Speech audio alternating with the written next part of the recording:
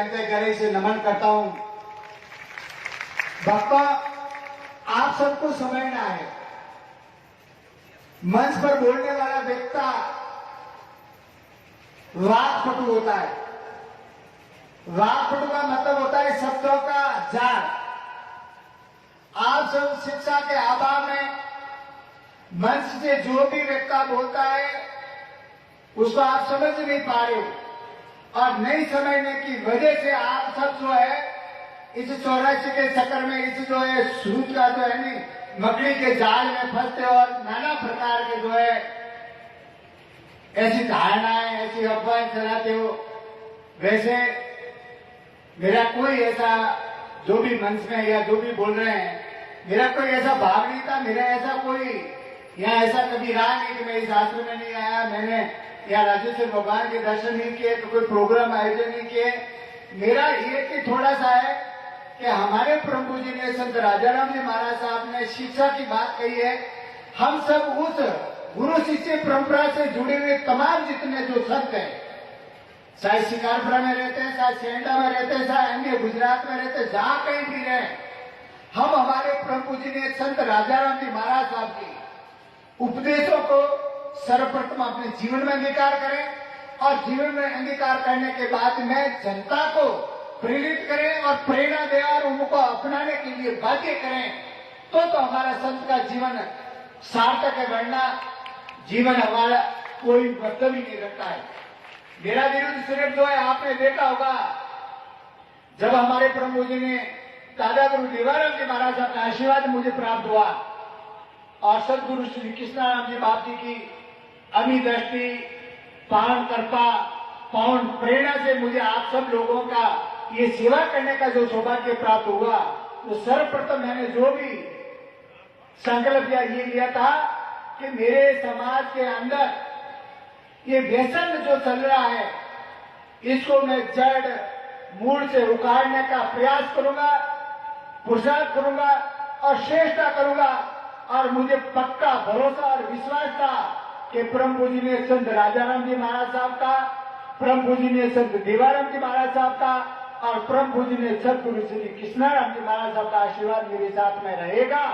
तो मेरे समाज के अंदर व्यसन मुक्त समाज में खड़ा करने का एक मानस और मेरा सपना है, वो साकार होगा। इसलिए मैंने सबसे पहले मंच से ये संकल्प किया था कि मैं अफीम खाऊंगा नहीं, अफीम खिलाऊंगा नहीं। और आपने देखा होगा मुझे 15 वर्ष पूर्ण हो गए हैं, मैं अफीम 100 ग्राम भी खरीदता नहीं, न किसी को खिलाता हूं, और जो खाता हूं सभी बुजुर्गों से आग्रह करता हूं कि आप अपने बच्चों पर दया कीजिए। आप अपने बच्चों पर दया न करते हो तो हमारे ऊपर कीजिए, हमारे समाज के ऊपर दया कीजिए। पर इस समाज को, इस महामारी जिसको कहते हैं, या जो असाध्य बीमारी जिसको कहते हैं, ये जो कुरीति और कुरिवाज है, जिसको अफीम से ही हमारे समाज के अंदर महत्वपूर्ण यानी बड़ी सभा का सर्टिफिकेट दिया जाता है या इसकी शोभा की जाती है, मैंने कहा आप इसको छोटा करने का प्रयास कीजिए। मुझे संघर्ष करना पड़ा, पर मुझे हमारे समाज के परम पूज्य ने संत कृष्णाराम जी महाराज साहब के जो अन्य थे, उनका व्यापारियों का मुझे भरसक सहयोग मिला, और सहयोग मिलने के बाद में ये जो मैं निरंतर प्रयास करता है, आज मुझे कुछ सफलता मिली है। और मैं तमाम जितने पंडाल में हमारे समाज के जितने अग्रणी मुख्य जो पंच विराजमान है, समाज के हमारे शिक्षाविद है, समाज के व्यापारी गण है, समाज के राजनेता, उन सबसे पुनः आग्रह करता हूं कि हमारे समाज में जहां भी कोई भी शुभ प्रसंग आयोजन होता है, वहां पर हमारे समाज का आयोजन व्यसन मुक्त रखा जाए, और वहां पर आपका आगमन हो, वहां पर आना आपका आगमन हो, और जहां पर अपनी सत्य वहां पर अपन न जाए, तो हमारा समाज हमारे प्रभु जी ने संत श्री राजाराम जी महाराज साहब की कल्पनाओं के अनुरूप बन पाएगा, वरना बहुत समय लग जाएगा। और अगर ज्यादा समय लग जाता तो हमारा समाज जितने समय तक लगता है उससे डबल नुकसान में जाता है। मैं उदाहरण के तौर पर आपको समझा देता हूं। अगर मैं आप लोगों से अगर ये डरता कि अगर मैं अफीम करूंगा तो मुझे ये घरमाला नहीं देंगे, ये पैसे नहीं देंगे, तो शायद परम पूज्य संत राजाराम जी महाराज साहब के असीम कृपा से, संत दीवाराम जी महाराज साहब के असीम कृपा से, संत कृष्णाराम जी महाराज साहब के असीम कृपा से अगर मैं 40 साल, मैं जब ये सेवा से संभाली तब मेरी 38 वर्ष की उम्र थी। और मैं मानता हूं अगर मैं 40 वर्ष अगर जीता और आपको अपन खिलाता और उसके बाद में अगर हो सकता है समय के अनुकूल हमारा कोई भावी उत्तराधिकारी आने वाला अगर अच्छी सोचता जो अभी मैंने सोची है और वो प्रयास करता तो मैं 40 साल आपको जो गर्त में ले जाता और 40 साल वो बेचारा मेहनत करता करता आज जिस मुकाम तक मैं दूंगा वहां तक वो आता। 80 साल हमारा समाज पीछे रह जाता और हमने ये प्रयास किया कि हमारे समाज को अति शीघ्र इस समय की दौड़ के साथ में, इस समय की स्पर्धा के साथ में इस समाज को क्यों नहीं खड़ा किया जाए। और खड़ा जब होगा हम हमारे परम पूज्य ने सदगुरु संत राजाराम जी महाराज साहब के उपदेशों को अपने जीवन में अंगीकार करेंगे। मैं शिक्षा के क्षेत्र में ज्यादा नहीं कहूंगा क्योंकि हमारे पूर्व वक्ताओं ने शिक्षा के बारे में आपको संपूर्ण जानकारी दे दी है। फिर भी मैं इतनी बात आपको जरूर कहूंगा कि हमारे परम पूज्य संत राजाराम जी महाराज साहब ने अपने श्री मुख से ऐसा फरमाया था कि शिक्षा सम कोई धन नहीं सब ऊंचो दान भ्राता भागने नहीं सके शोर न आने सिंह। हमारे प्रभु जी ने संत श्री राजाराम जी महाराज साहब ने अपने श्री मुख से ये कहा था कि इस शिक्षा के समान हमारे के न मोती है, न हीरा है, न पन्ना है, न गाड़ी घोड़ा है, न फार्म हाउस है। ये सब समान इस शिक्षा के आगे भौन व धूल के समान है। आपके पास में ये माण के मोती है, हीरा है, पन्ना है, गाड़ी घोड़ा है और शिक्षा रूपी अगर धन नहीं होगा तो कोई भी वर्तमान समय का पढ़ा लिखा विद्वान वाक पटु आपको ठग कर ये धन आपसे ले जाएगा। और अगर आपके पास में शिक्षा रूपी धन होगा तो कोई भी व्यक्ति जब आपसे बात करेगा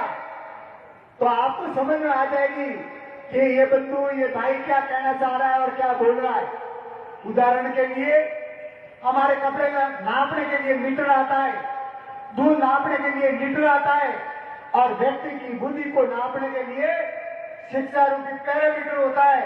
इसलिए आप सभी को जितने हमारे प्रभु जी ने गुरुवार संत राजाराम जी महाराज साहब के जितने जो अनुयायी है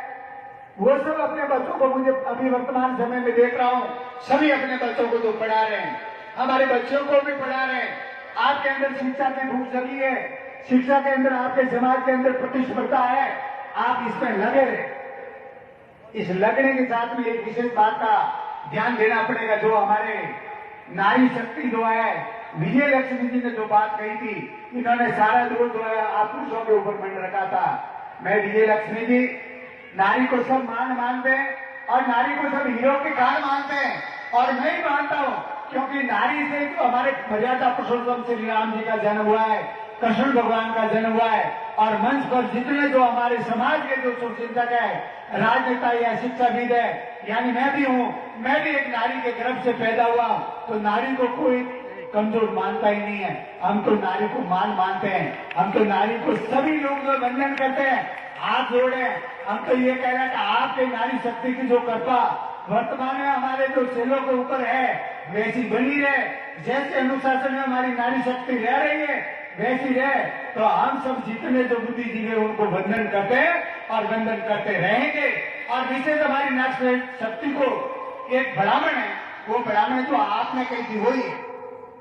वो क्या है? अभी वर्तमान समय में आपने देखा होगा हमारे ब्रह्म जी ने संत श्री राजाराम जी महाराज साहब ने शिक्षा का अलग उन्होंने जगह ही बुगल बजाया और संत देवाराम जी महाराज साहब ने गांव गांव व ठाणे ठाणे आकर आपको जगाए। हमारे शिक्षा प्रेमी संत श्री कृष्णाराम जी महाराज साहब ने तो पूरे हिंदुस्तान को ये किया और उन्होंने शिक्षा की अलग जगाई। आज जगाने के बाद में हमारा समाज जगा है, जगने के बाद इन्होंने नारी शिक्षा के लिए, बच्चों की शिक्षा के लिए प्रयास किया है। अभी हमारा जो है रिजल्ट जो आ रहा है नारी शिक्षा का, आप रोजाना जो व्हाट्सएप पर देख रहे हैं, हमारे समाज की बच्चियां पढ़ सक अदर खून नीति के अंदर दूसरी समाज के अंदर लव मैरिज कर दिया, किसी के साथ में भाग जाती है। ये मैं आप सभी नारी शक्ति से और विजय लक्ष्मी जी आपसे मैं प्रार्थना करता हूँ, आप इनको गांव गांव में जाइए, इन नारियों को जगाइए, बच्चों को जगाइए और इनको सचेत कीजिए कि हे बेटा, हे बेटी, तू किस परिवार की है, तू तेरे दादा का, तेरे नाना का, नानी का, तेरे मामा का, बुआ का, और परम पूज्य ने संत राजाराम जी महाराज साहब की गरिमा की तरफ थोड़ा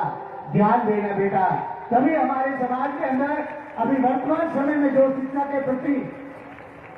जो लगने लगी है, जो शिक्षा के प्रति जो होड़ लगी है, और उसी होड़ के अनुरूप आज इस सैंडा के जो है कन्याकुमारी के अंदर 1200 बालिका हमारी शिक्षा रत अध्ययन कर रही है, उसकी संख्या और बढ़ने की संभावना है और निश्चित बढ़ेगी। पर अगर विजय लक्ष्मी जी आप नारी शक्ति को नहीं जगाओगे और नारी शक्ति अगर ये अलग नहीं जगाएगी और अपने बच्चों को साथ सेट नहीं करेगी तो मुझे खतरा लग रहा है, क्योंकि जब आज वर्तमान समय में हमारे समाज के अंदर और दूसरे सभी समाजों के अंदर यानी पूरे भारतवर्ष के अंदर बहनों का जो है अनुपात पुरुषों से कम है, लड़कियों का कम है। यानी पूरे हिंदुस्तान की जनसंख्या में 10% हमारी जो है लड़कियों की कमी पड़ती है और सभी समाजों के अंदर है। और उसके बाद में भी अगर हमारी बच्चियां पढ़ लिख कर किसी दूसरे समाज के लड़के के साथ में अगर चली जाती है, भाग जाती है और वो कहती मैं आपको नहीं जानती हूं, हमें भी कह देती कि मेरा कोई गुरु नहीं है, तो हमें बड़ी शर्म आती है, लज्जा आती है। ऐसे दृश्य आपने देखा है, मैं देख रहा हूं रोजाना।